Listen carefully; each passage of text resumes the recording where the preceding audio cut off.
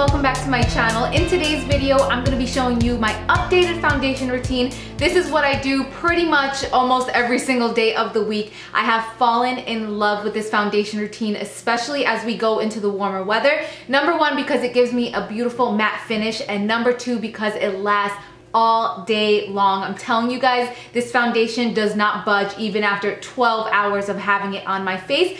It is featuring the Sephora Airbrush foundation. This has been newly formulated and I'm telling you guys, I am so in love with it. So I'm going to show you guys what I do every single day. It takes me about 5 to 10 minutes to do my full foundation routine, and I cannot say enough good things about this routine. I'm telling you guys, I'm just so in love. I know I said that like 10 times already, but I'm telling you, I am in love.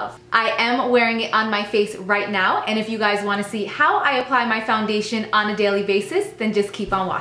Alright guys, so let's get started. So the first thing that I do when I wake up every morning after I wash my face is moisturize. I've been using this new moisturizer lately. This is actually by Jergens. It's one of those natural glow moisturizers. It says creates a gradual, natural looking color when used once daily. To be honest, I have not seen any type of tan on my face since I started using this. I've used it for about a week already, but that may just be because I wash my face twice a day and maybe I just remove the tan that it gives me. Not really sure. I still like this moisturizer because I feel like when I apply this underneath my makeup, that my makeup doesn't get oily or greasy throughout the day. So I do still like this as a daily moisturizer. So I applied that about an hour ago. And then I also like to apply a different moisturizer right underneath my eyes. So I'm going to be using the one by Cerave. This is called their Eye Repair Cream. And usually I like to apply a separate moisturizer right underneath my eyes because I find that when I do this step, I don't have as much creasing underneath my eyes because of my concealer throughout the day. So this is kind of essential for me. I never apply any type of concealer underneath my eyes unless I moisturize right before. And if I do moisturize in the morning, when I put my normal moisturizer on, if I do put my under eye moisturizer, and my concealer just really wears a lot better throughout the day when I put a lot of moisturizer underneath my eyes.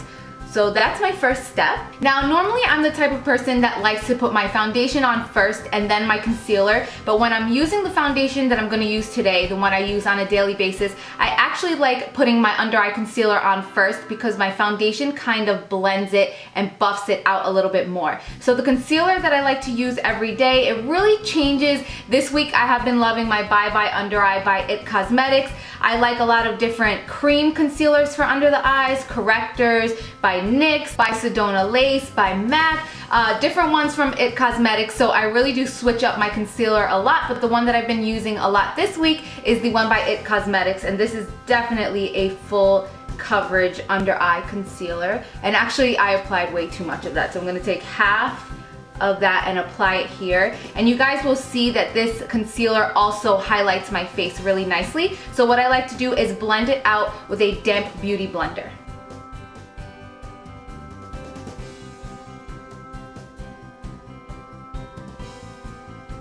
And then I just like to take whatever is left over on the sponge and kind of just smooth that over my eye because this concealer also acts as a really good eyeshadow primer. Okay, so after that I'm going to move on to my foundation. Now since I am using a spray foundation, I do want to cover my hair because if I don't do that, it's going to get on my hair and turn it a weird gray color. So I just like to either use a shower cap or a scarf and just put this over my hair to protect it. Okay, so now I am all set, and I just like to shake up this foundation for about 5 to 10 seconds before I apply it. I know a lot of people will think that this is a lot of work for everyday routine, but honestly it's not. This foundation really does not need any buffing in. It really just is a spray and go type of foundation. I really don't even need to set this if I don't want to, and it takes me about 2 seconds to throw on a shower cap or a scarf. I think this is super simple for every single day. So after I shake this up, I'm going to spray it directly onto my face, one even thin layer. Make sure to close your eyes.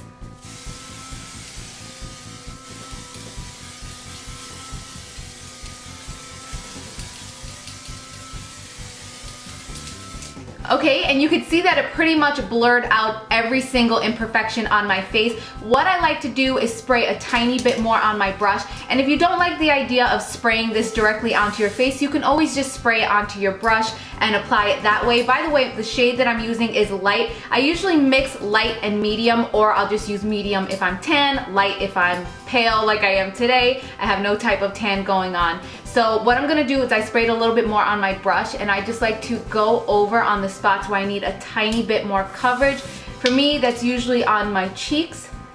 And then I'm just gonna really go over the rest of the foundation. Like I said, this foundation really does not need to be blended in. I find that if you buff it in or blend it in too much, you're gonna take away the coverage that it gives you.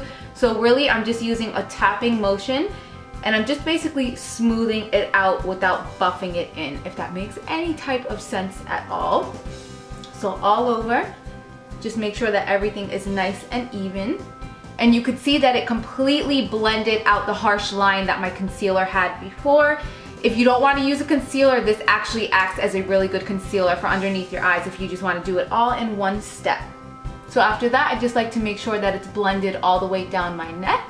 This foundation sets very quickly, I would say about 20 seconds, and it's set to go. So now I'm gonna remove my scarf. The only downside that I'm gonna say to this foundation is that it also blanks out my eyebrows, so then I need to do a little bit more work when I fill them in, but it's not really too big of a deal. So again, sometimes I don't set this at all. I would just move on to my bronzer and my blush after this step, but just for sake of this video, for those of you girls that are used to setting your makeup, I'm gonna show you what I use sometimes. So what I always do, regardless of what foundation I'm using, is set my under eye concealer, again, to prevent creasing. I'm using my Nye Banana Powder, which I have a review on this powder down below. I actually just poured it into a little traveling case, which is still very messy. It's a loose powder that has an orange, not an orange, a yellow tone to it. So it really helps to counteract any darkness underneath my eyes. So I just put it on a fluffy brush, and I'm just going to work it wherever we put that concealer just to set it. Also on top of my eyelid. I'm gonna do the same thing on the other eye. And to set the foundation, I'm going to use an oldie but a goodie. A lot of you guys might have a very nostalgic feeling